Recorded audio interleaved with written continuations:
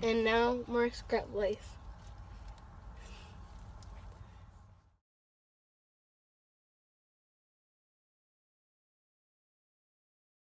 We're on the way to school, right, Noni? What's Dad got to do? Get the scrap. Pick the scrap. Why? I gotta hurry up because she'll be late because of my stupid ass.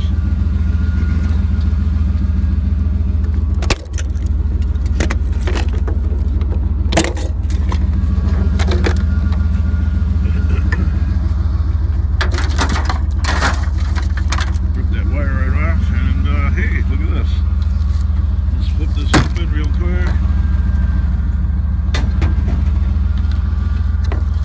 Take away. Something else is in there.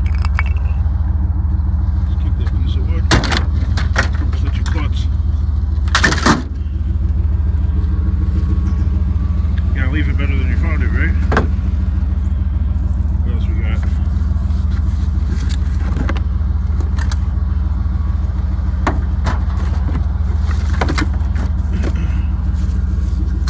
I'm dropping stuff left, right, and center. Craftsman.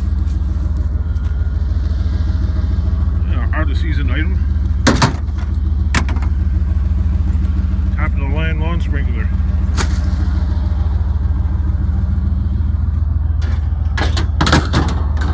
Only for the Richie Rich.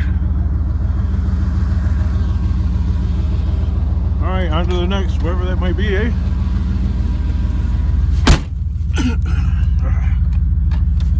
Time's a wasting. Look at that dog barking. Everywhere you go. Well, the scrapper's been here. I'll take the darn thing anyway. Alright, well that might be too much plastic. Since it fell off. Toss this bad boy around. Let's try and get it down here because I don't think the cops would be a big fan of that. Alright, on to the next, whatever it might be. I promise this is the last piece of scrap on the way to school here. Oh, I don't got time to empty that to play the trick. Look, no scrapper down this street yet. I'm out in the middle of the street. I can't be like Jackpot Digger. I can't block the street. People can get around it, but yeah, you get a ticket. You get a ticket for obstructing traffic. Even though clearly you can get around, I get a ticket for obstructing. All right, put my seatbelt. All right, I'm here at Walmart. I get a couple of car parts at the auto center, and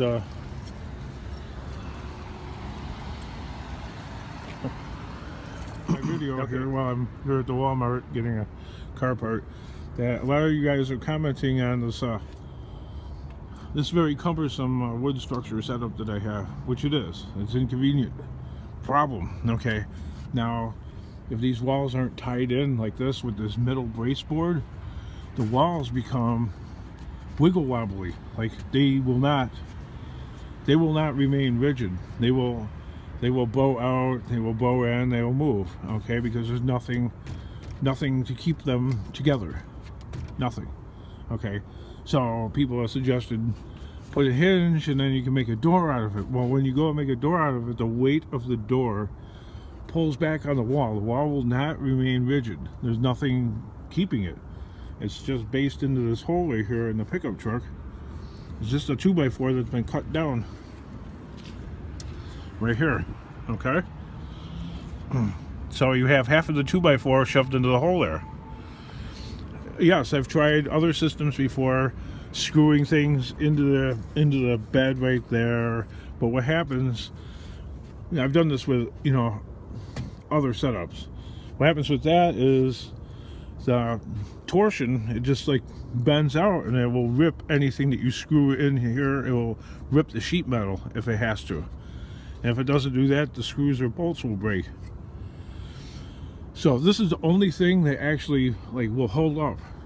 You need to keep both sides rigid and tied together. Also, because if it looks like it's wiggle wobbly or it's not structurally sound, the police will pull you over and they will give you a ticket. There's no question about it. There's no getting around it. I've been stopped so many times in life. I just pretty much know what better to do and what better not to do. I've been stopped by the police 442 times.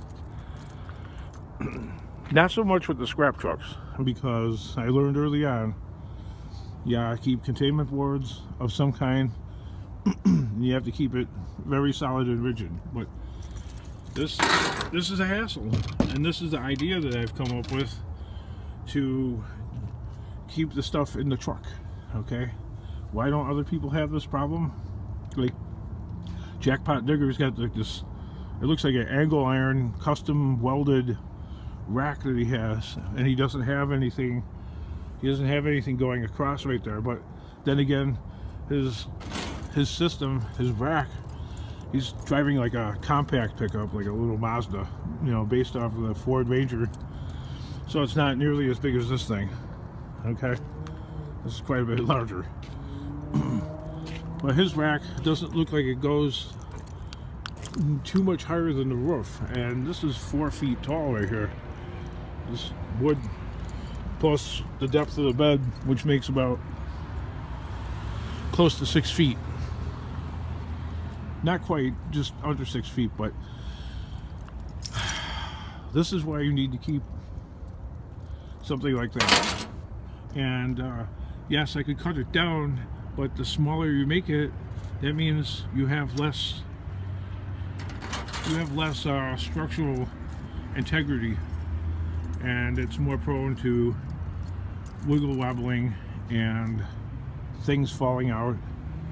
And if you do put a gate on it, then when you have just a bar up there on top, which then it has to be made out of something other than wood or it will fall apart, you could put a gate on the side, true, but the weight of the gate, when you swing it open, right, you got all that weight of the gate constantly opening and closing, and it pulls. When you open it up, it pulls on the wall. When it pulls on the wall, it stresses out the structure down there.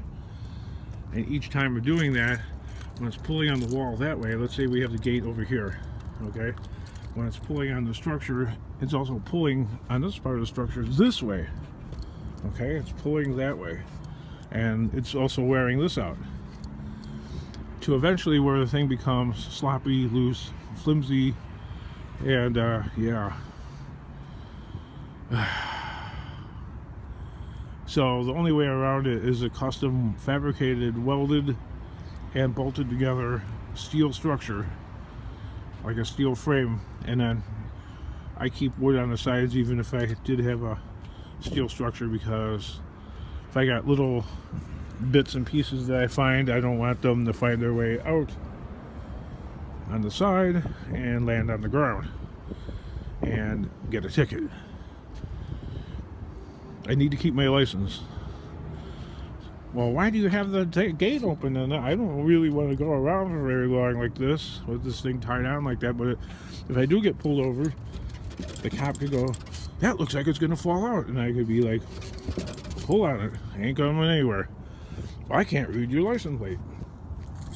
I made sure I put that bolt down and that hasp down on my tow hitch. So there, I hope that explains everything. Now into Walmart to go get my car part. Okay, going into Walmart to get my car part, and the door won't open. And we are open. There's the hours. I call that the paparazzi entrance to Walmart. Or not the paparazzi, the celebrity entrance, because it's not the front entrance, it's the side entrance, and it's the best. Well, I was gonna say it's the best kept secret about Walmart, but I guess not. If you can't get in, then it's not much of a. But I like to go into the side entrance over here. It's almost always open. I'm not too proud to admit that it was a fail this time when I went to go and do it, which is almost never, but you don't gotta park in front and go through the grand entrance and be forced to walk around the entire store when you know exactly where you want to go. When you come here to this big store, you know exactly where you want to go to get the stuff that you want to get, rather than traipsing through the whole place and then encountering a bunch of stuff that you don't want to buy, which is tempting you to buy a bunch of stuff you don't need. Yeah, I like that. That's why I like going in the side entrance. My wife doesn't like doing that. She likes to park out in front where there's a billion zillion cars. Hey, this is a positive thing, okay? We're just sharing with everybody. You go inside the... I can't believe it's not open.